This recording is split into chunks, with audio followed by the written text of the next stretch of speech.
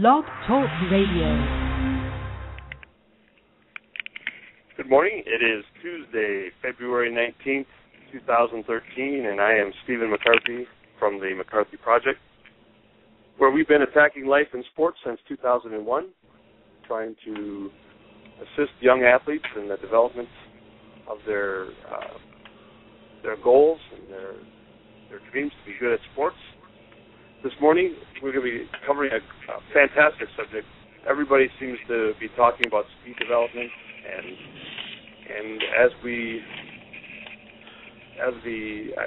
curve of strength training and different training protocols grows and becomes firmer, there seems to be a lot more ideas and a lot more desire to know. And today, I'm really excited to have Dietz on the phone or on the show. To talk about speed development and some of the do's and don'ts related to training in the weight room as well as outside the weight room. So today, how are you doing, Cal? Stephen, I'm doing well. Thanks for having me on, and greatly appreciate the chance to chat with you about these subjects in regards to our young athletes. Cool. Well, first of all, before we go a little bit further into the subject itself, I'm going to kind of give everybody a background on Cal, because I think it really does. We're not just talking to somebody that's maybe an athlete that did it once. We're going to talk to somebody that has, for the last 20 years of his life, really studied the concept of speed development and what it takes to do it at the right way. And just to kind of give you a little bit of an idea on his background, he's currently the Olympic strength and conditioning coach at the University of Minnesota.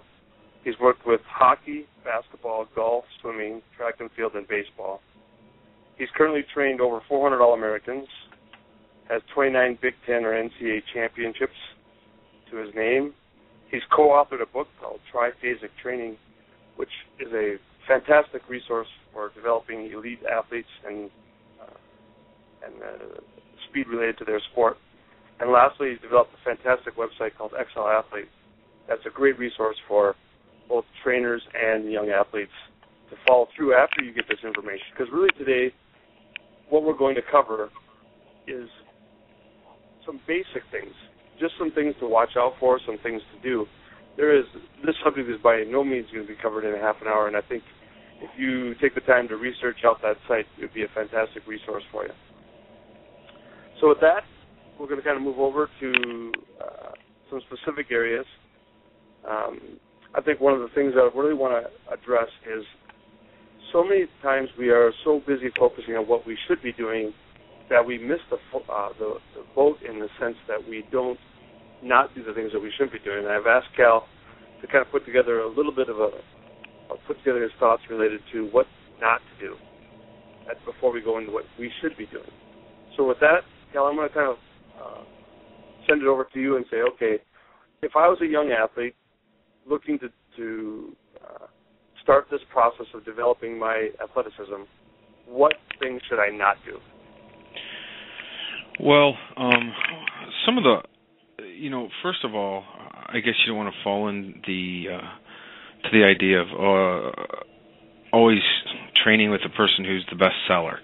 I mean, it's often hard because, from let's say you're a parent or an athlete, you're sitting here going, okay, who am I going to pick with or train with this summer, and with that in mind, many times it's the best salesman that gets the clients, and even the best salesman sometimes will get the best athletes just because they choose to go to him and not necessarily develop those particular people. So with that in mind, I would say the people that have been in the field and that have been there the longest and have gotten results, and when I say that, I always tell people all my results, as I stated in my books and on my website numerous times, have come from sports such as swimming and track and field that are measurable in many regards. So if I see a increase in a certain measurement that I take in the weight room and then the performance goes up in that sport, we know we're doing well. Now, if I have a hockey team that wins a national championship, you really don't always know if you've done it the right way, because there's so many dynamics on the lines, the matchups, the goaltending and everything. So if you can work with coaches maybe that have worked in track and field and swimming or weightlifting or powerlifting from some extent that know that can also combine it with sports training, I think that's the first thing you need to look for, is to make sure that you have somebody with that experience and then also the knowledge to help you develop. And what we have to remember is that day one you may not be working as hard as you're supposed to. Training is a process, or I should say as hard as you think you should be, because training is a process. And it's not about getting better just today. It's about getting better over the 3 to 4 months, okay, which we'll get into a little later as regards to, many kids want to go into a workout, or parents think and my son goes to this gym where, they are dead every day. They walk out and that's all they got. And you're going, well, that doesn't make my elite athlete better, and it doesn't make my youth any better. I've worked with youth athletes, and people ask me, how do I make them so fast? Well, we didn't train them to be to just get killed every day in the workout. We train them for high speed, high quality work, and that's our guidelines, because with high speed, high quality work, that's the most important way to get better, as you know, Stephen. Yes. Well, I just think that if you just take a little bit of a common sense approach to it, the idea of your athlete showing up every night, basically falling into bed, with just absolute fatigue and nothing left in the tank, and getting up in the morning with droopy eyes and then trying to get themselves awake and then do it again tomorrow night, and they're working hard. It just doesn't match, and right. Kids just will burn out. It's not fun. It's not anything. So, well, and I don't want to get into it, the hard part, or in the realm of this conversation, but ultimately, if you have athletes that are doing that from elite, I've obviously, we take blood samples, have had those done. We do a lot of unique things in those methods of wearing athletes out. It will actually interfere with their ability to get better at their sport, because the body's in so much shock. When the body's in that shock, it can't necessarily learn skills at a high level. And if it does learn skills in those fatigue states, they won't stabilize and be optimal later. So, for example, if you're working out that hard, yes, you can screw up your jump shot for the time being, because the body's and the brain's fatigued, and you're not going to necessarily effectively learn the skill of improving your jump shot. Okay, which is a really fine skill, same with hitting. So there's the happy medium when you work out. Now, if you can work out with really high quality, and again, the guidelines is high quality of workouts, and because everything you do, speed is a skill, strength is a skill. Your sport is a skill. It's all about skill learning, and by being fatigued all the time and working out all the time in that fatigue state, then the problem is you don't learn the skill. For example, I've watched coaches who claim to be great just get the fastest players, and some of the speed drills they do, they have a guy that runs a 4.540, but yet when they're doing these speed drills with no weight, no resistance, they're doing so fast and it's more conditioning. The guy's running close to a 5 flat 40, and you're going, If you're running a 4.940 and your best is 4.5, you will never get faster by running slow. Essentially, I truly believe you need to break that 40 up into the start, the mid-range, and the top-end speed range to develop various qualities so that you have the ability to run a 4.4 if that's your goal.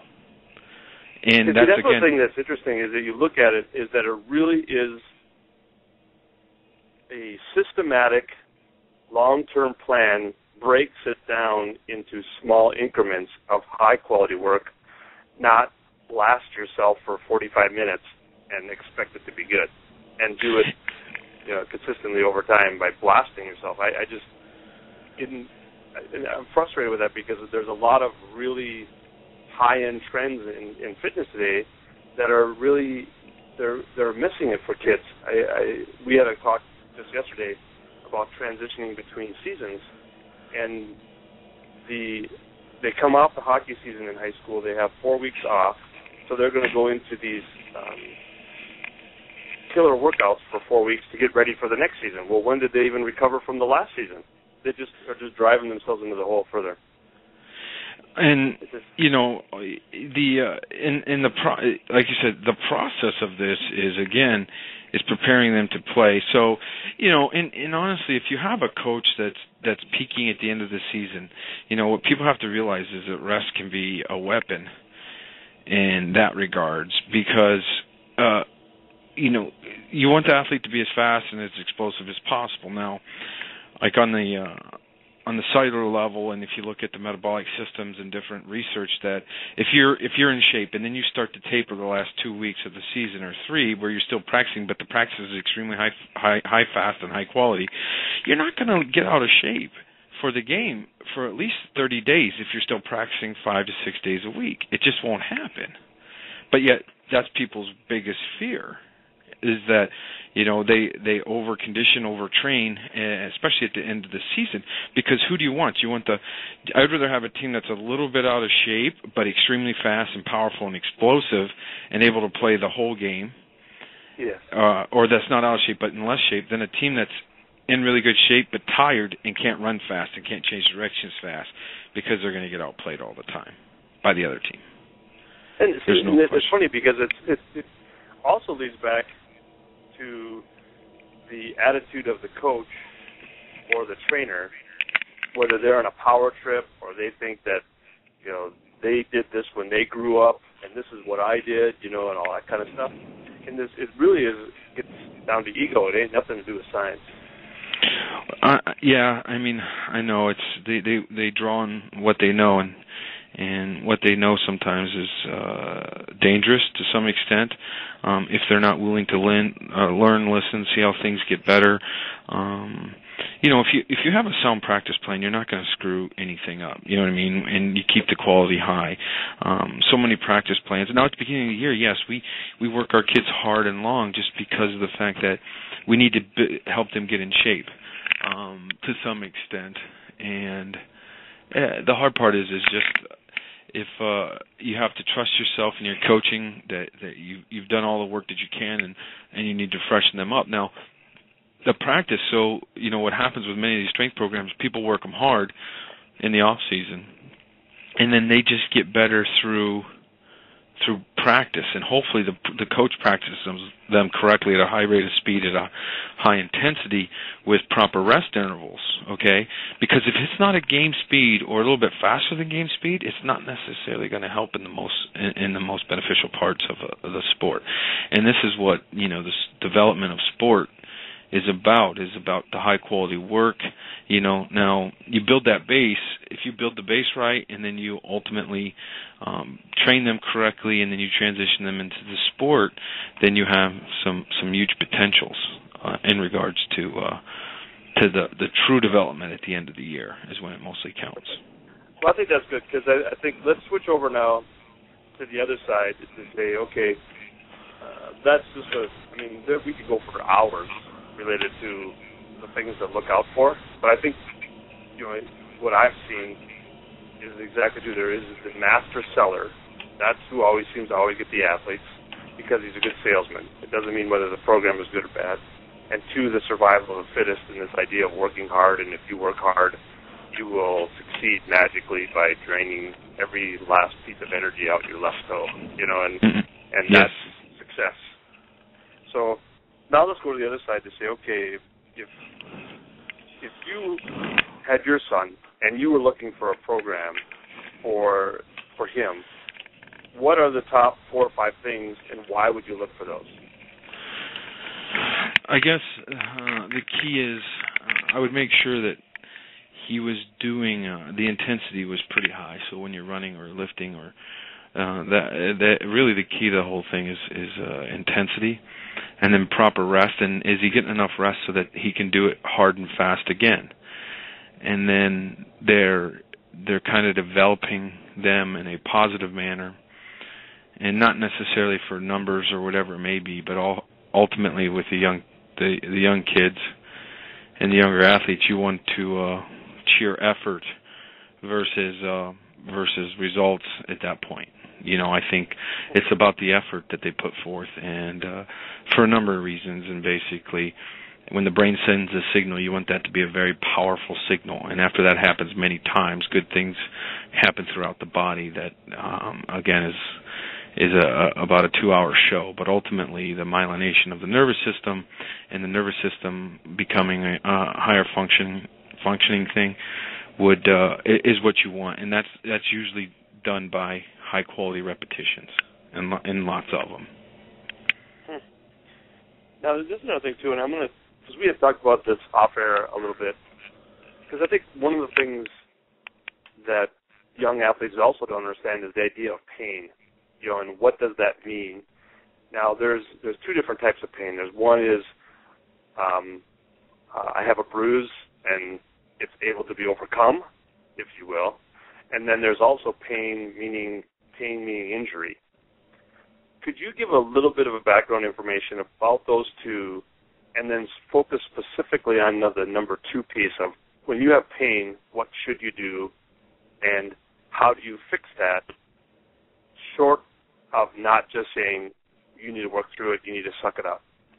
And you mean the pain of exercise? No, or the pain of more of the pain of, like, I have a shoulder injury, or my lower back is hurting, or something yes. where it actually is a pain that is not a good one. Well, I mean, the first thing, it's always better to be safe than sorry, because you can sometimes do more damage. You need to really trust your medical professional in that regards to say, hey, can I do any more damage? You know what I'm saying?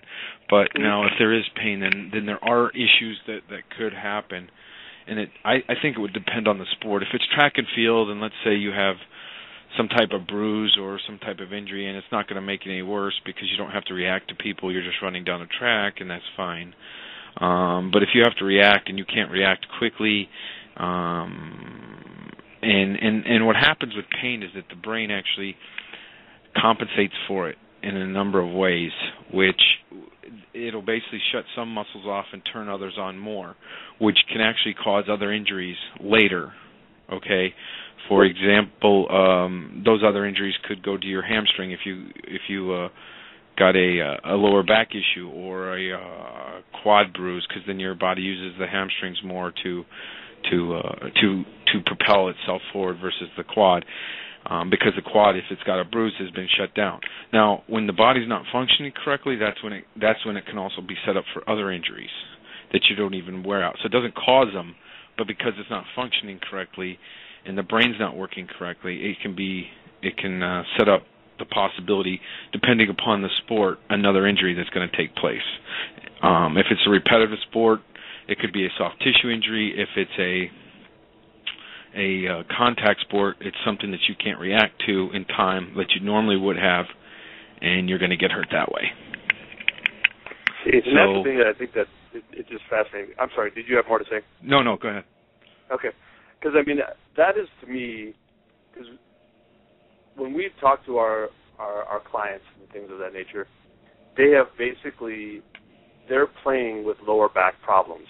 They're not telling anybody because they believe that if they tell somebody, they don't get to play. So, therefore, they're going to discipline their way through it. And a lot of people, when they're 35 and 40 years old, are having knee problems and back problems. And, it's because of that old injury. Well, if they got it fixed, and took the time, with science nowadays, you can fix a lot of these things before they get really, really bad. And, I'm going to bring one other question. How do you, if you say, okay, I'm going to go look for a doctor or a medical professional that's going to help me, what would be your first top criteria? Or have you thought about that? Yeah. I mean, the biggest thing is what I find a lot of people are so structurally misaligned, and when I say that, their back's out of position, their vertebrae's out of position. I have a pretty good eye now, so if you just look at somebody and you have them stand there, close their eyes, open them, and if they stand level, and then you look at their earlobes, if they're off, then they could have some neck issues and misalignment. If their shoulders are off, then there's a sign that there's something going on, which actually can start at the hips. So if the hips are tilted towards the right or are tilted forward too much, then the rest of the body compensates to try to keep your eyes and everything from not being crooked. Well, with all that structural imbalance, you do have some issues, and I have many doctors that believe in chiropractic and some that don't. But ultimately, when I show them these problems and I say we have to fix this before we can keep training, and then the chiropractor fixes it instantaneously, and then I can start training with my athletes right away. That's the most important thing, is that we get them fixed. And I like sports chiropractors, anybody that claims to be a sports chiropractor, but ultimately, as long as the more, I truly feel, the more disciplines most chiropractors have under their belt. For example, we have some that were athletic trainers, the massage therapists, and also got their chiropractic degree. Well, then that guy's a pretty well-rounded person to try to figure out what the true problem is. Okay, and I don't know if I feel many times that surgery needs to be the last option in what you do. And that's just, and there's obviously surgeries you can't get around, that you don't want to get around, because you definitely make it worse. But to me, surgery is more or less just a knife wound, and I have to deal with that. So that's what you have to keep in mind. But look around, see the doctor that is willing to use multidiscipline approach, use various modalities, everything that he can to try to fix your problem as fast as possible, and then also isn't afraid to refer you out to say, hey, I'm not sure this is working, we need to send you to a doctor. Ultimately, too, I think an X-ray or an MRI is very important right away, because I've seen many people treated for things that they thought was something, but it was much worse than what they thought, and they only made the situation worse in that section. So, I guess keep an open mind in regards to the care that you get, but ultimately, and then don't be afraid to question the doctor of why it's not going well, or the direction. And I know some doctors just hate the internet, but you know what? It's people's health. It's their general concern. So if you have an issue, write down what the doctor says it is, research it, say, I don't feel this is right. It could be, and somebody on the internet you may not know a thing about medical, but you may get on the internet and say, I found this, doc, that it might be it, instead of what you thought. And the doctor goes, well, hey, let's take a look, and yep, that's it. And really, it's not that the doctor didn't know. It's maybe your communication to the doctor wasn't what the doctor needed to hear to make sure that it was correct. And that's the biggest thing in this whole nightmare. It's not that the doctor's bad. It's that the communication, what he's expecting to hear for certain things, you may have said it a different way, and that's really the biggest holdup I see in the medical field, is the patient's communication to the doctor. That's true. It's true, even in the weight room. All right, we're coming down to the end. Sorry. It's funny because I'd love to have you back just to talk about injuries, because I think that is a big area in young athletes, is that they really don't take care of themselves. And when they do go to the doctor, they do give that bad information, and they don't get fixed. It's truer than true. Well, anyways, just to kind of conclude today's show, is there some general parting thoughts that you would like to give in the last couple of minutes here? Well, in regards to many of these subjects, let's say you're a parent trying to, again, get a strength coach or a trainer to train your kids. Like the trainers that train heart rates and try to work them really hard may not be the best fit for your kids, because, look, when you're a young kid and you're a young athlete, you got a small window to get people extremely fast, okay? And you do not want to waste that time trying to get your athlete in shape. If they just train to try to get better, the conditioning will come if they're just generally active, okay? Ultimately, you don't want to make them slower by conditioning them all the time, so that you become a slower athlete. And the speed windows for these youth to get better are below basically 17 for females and 18 to 19 for males. And you want to take advantage of those at the young age, because it's in all sports basically you have to have speed, and speed is the one thing that kills at all levels. Whether you're speeding in a car or you're in sports, that's what gets you the wins. See, and that's just fantastic, because I think that's so true. That is fantastic, because I think that is the ultimate piece, is that in the United States, people are training way too hard to accomplish what they want to accomplish, and they could be enjoying their sport at a much higher level. They could be enjoying the process far greater than they are, because there's nothing to drain it out every time. Well, Cal, thank you for coming on the show today. I think this is fantastic information, and if people would just take this and put this into play, I think they will. Their kids will move ahead at a much faster pace than going down to that the survival of the fittest workout they've been doing. So with that, no question. Thank you, and we'll look to talk to you again in the future, and hopefully you'll have back on the show in the near future. Thanks, Stephen. It'll be great. Pleasure. Cool. Bye. Have a good day. Well, that, I think, is fantastic news. I think Cal has put it into the most simplest words that I can only imagine, in the sense that you just find the right trainer that has some science to them, get out of the survival of the fittest workouts, make it quality, and things will turn out right. With that, that's the show for McCarthy Project today. Hopefully your day goes well, and we will again be on tomorrow evening to talk about another aspect of developing youth athletes.